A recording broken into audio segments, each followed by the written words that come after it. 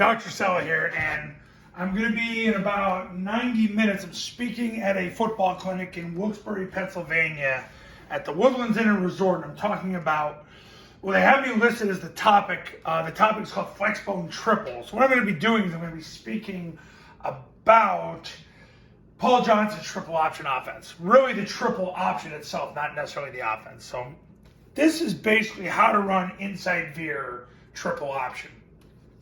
The hottest topic I've had in the last 13 years is how to run triple option against a 3-3 stack. I guess a lot of coaches go limp when they see a 3-3 stack. I'm not sure why, but here we are.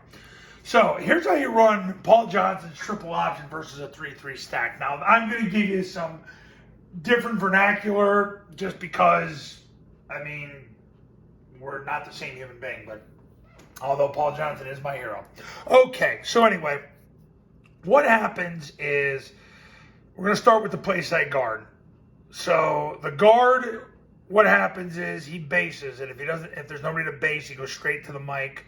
He's going to work to get his left knee through the crotch of the mic, left hand to the stomach, 4-inch northbound steps.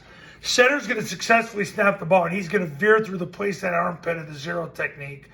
Now, if he secures the mic, that's great. Otherwise, he can work back to the will. So if the guard secures the mic, the center can work back to the will. If the center secures the mic, the guard can work up to the safety, which would be a beautiful thing.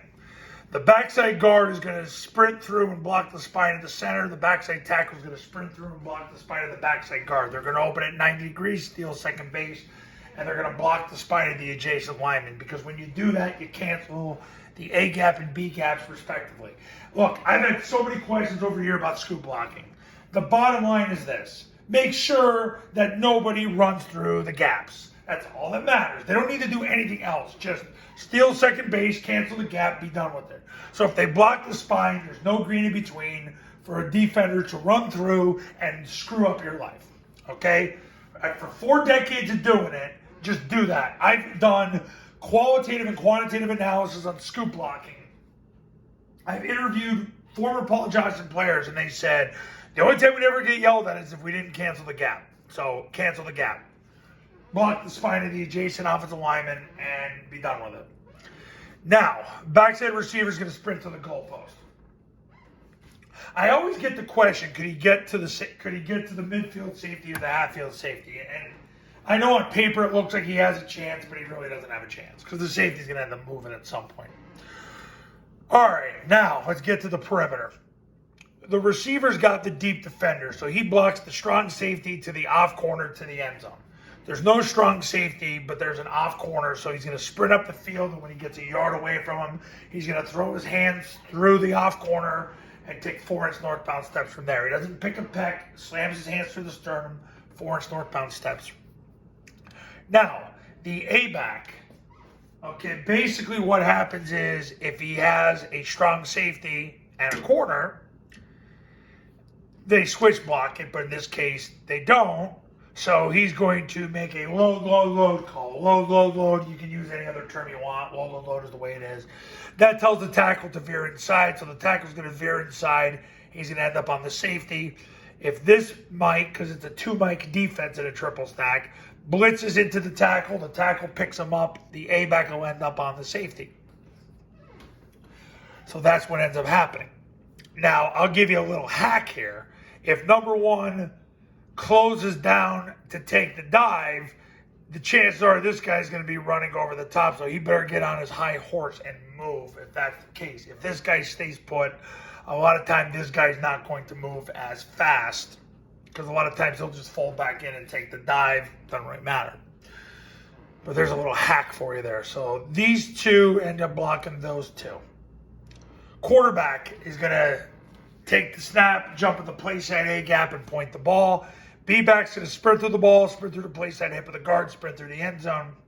If number one takes the B-back, the quarterback will reseat the ball, step with his play side foot, replace number one, and score. And if number two can tackle him, the quarterback will stop his feet, flick the ball to the A coming around. Now, the A-back's going to leave. The cadence is down, ready, set, hut. He is going to leave on the yes is set, hut. He's going to hammer step, which is a big wide 90-degree step, take two 135-degree steps. On the fourth step, he's stepping at 60 degrees to catch the pitch, hit the seam, and score. It is his job to get there when the quarterback flicks the ball. If he can't get there, he'll make for a fast guard. No sympathy for skinny kids. Another thing I usually hear, too, about the A-back is, well, can you leave a little early? Then the problem is you start enabling them, and then you become part of the problem and not the solution. Don't enable them. Tell them to leave at the freaking snap. I also hear about the B-back. Well, what about if this guy slants us? He bent behind him. Guys, I'm going to be honest. That's a lot of clinic talk. Okay, if your splits are wide enough, there's 3.5 feet, you're not going to deal with that problem. Through the ball, through the place I hit with the guard, through the end zone. The rest of it is clinic talk. If I hadn't done this for 4 decades, I would look at it deeper. But I'm telling you, the slanting and bending behind him is a lot of clinic talk. Okay, so once again, the progression. Quarterback takes the snap, jumps to the place at A gap, points the ball. B sprints to the ball, sprints to the place at hit with the guard, sprints to the end zone. 1 takes the B, quarterback replaces him and scores. 2 takes the Q, Q stops his feet, flicks the ball to the A coming around. There's your triple option versus a 3-3 stack. Coaches, you want to win more games in 2023? Give me a call. My number is on the thumbnail of this video. So is my website, and we will talk soon.